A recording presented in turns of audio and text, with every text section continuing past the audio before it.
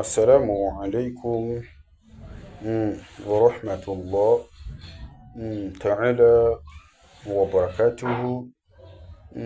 Kuba Isilamu amahoro y'Imana abane namwe aho muherereye hose.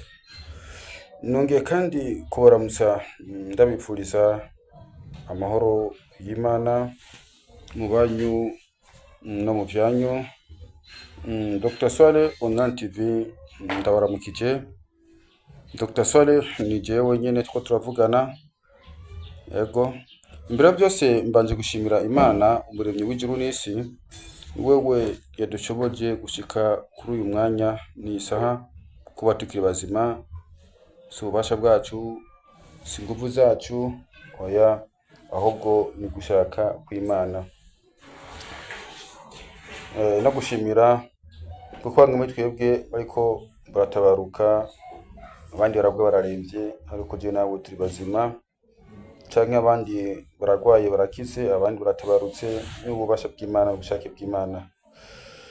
Ego, mwiriwe canke mwaramutse bivanye naho muherereye, canke igitondo ciza, canke umunsi mwiza bivanye naho muherereye. Ego.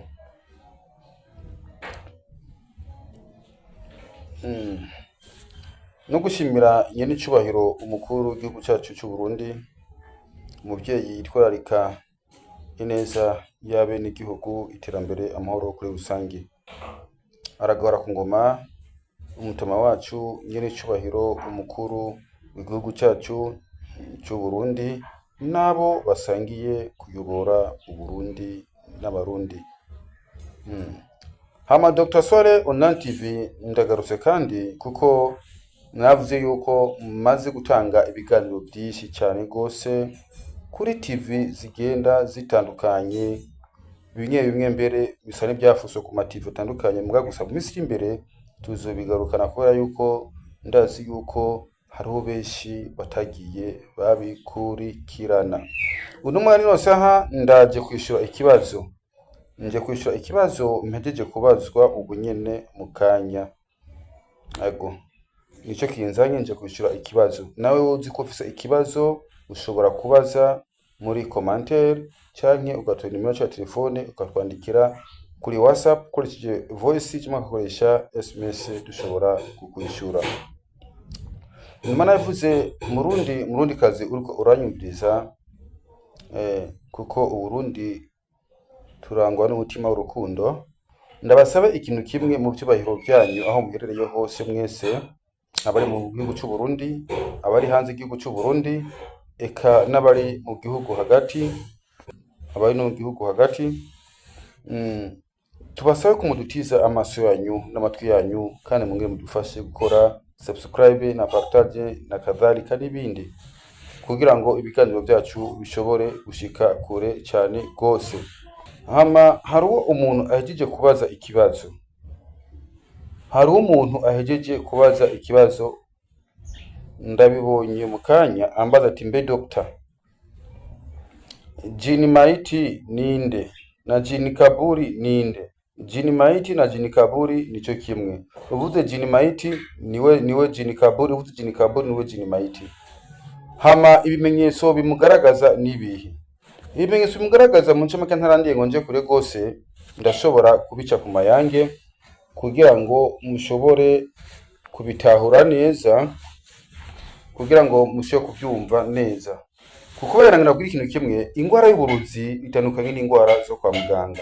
Ingwara zo kwa muganga iyo uramutse uyigwaye urayigwara, ntikuvamwo, ntihera mpaka ariko irose imiti yayo. Ariko ingwara y'uburozi ukabuzi ko neza bino bimenyetso ngiye namba uzi ko bifise, umwana wa mama uwo ni Jini Kaburi cyangwa Jini Maiti mugendana. Ushobora kuba murozwira mugenzi wawe n'umugenzi wawe wa hafi, cyangwa unagufitiye inzigo canke ibintu nk'ivyo onya, kuko umurozi nta ntuzegira, ashobora gukora n'ikibeta nico mupfa kugira ngo anezerwe ariko gusubiza inyuma.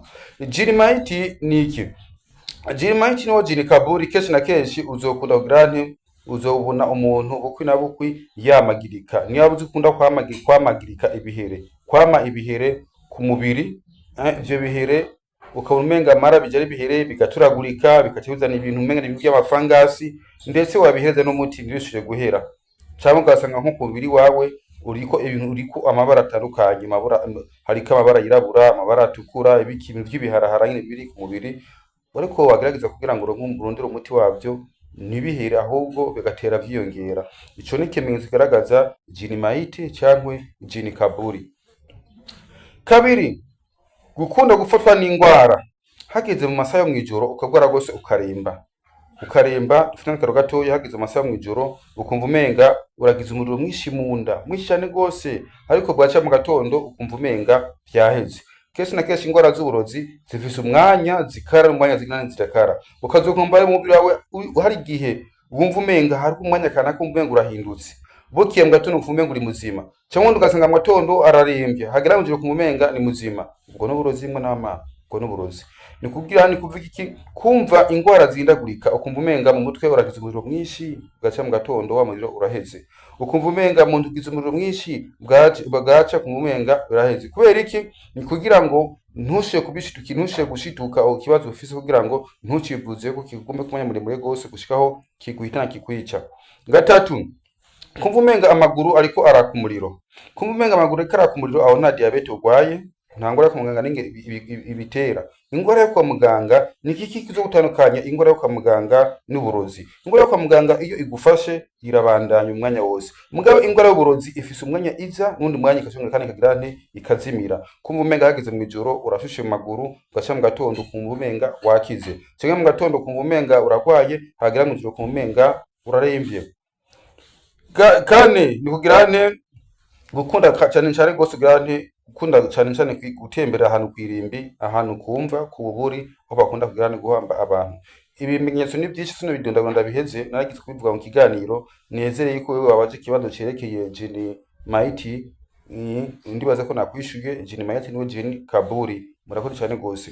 Nimero ya telefone ni guteranya 257 62 889 775 canke guteranya 257 62 891 462. Murakoze cyane ndabifurije umunsi mwiza n'ibihe byiza ubanyu no mu byanyu nawe wewe wabatijwe ndibaza yuko wishuwe n'abandi murahawe ikaze murakoze cyane.